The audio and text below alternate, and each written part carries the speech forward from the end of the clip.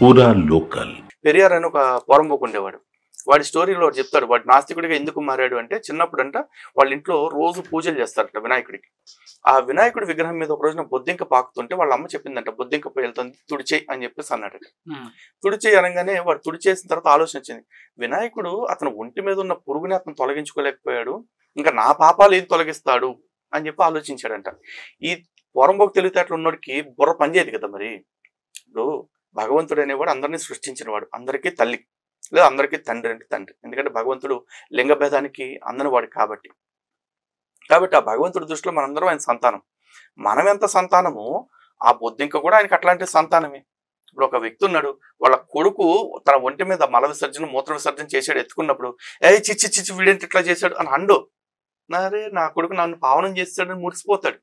ఎందుకు? చేసింది వాళ్ళ బిడ్డ కాబట్టి. అట్లాగే భగవంతుడి దృష్టిలో ఆ బొద్దింకైనా క్రిములైనా లేకపోతే ఇంకేదైనా పేడ పురుగైనా సరే భగవంతుడికి మనమెంతో తను అంతే. అదేగా భగవద్గీతలో స్వామి కూడా చెప్తారు, విద్యా వినయ సంపన్నే బ్రాహ్మణే గవిహస్తిన సునిచైవ స్వపాకే పండిత సమదర్శన అని చెప్పేసి చెప్పారు. అంటే విద్యా వినయ సంపన్నుడైన బ్రాహ్మణుడైనా ఏనుగైనా కుక్కైనా కుక్క మాంసం తినేవాడైనా సరే అందరూ నాకు సమానమే అని చెప్పేసి చెప్పారు. అట్లాంటప్పుడు బొద్దింకను ఎందుకు దులిపేస్తాడు దేవుడు? నీకు ఒంటి మీద ఉండటం నచ్చలేదు కాబట్టి నువ్వు దులిపావు దేవుడు ఒంటి మీద నుంచి.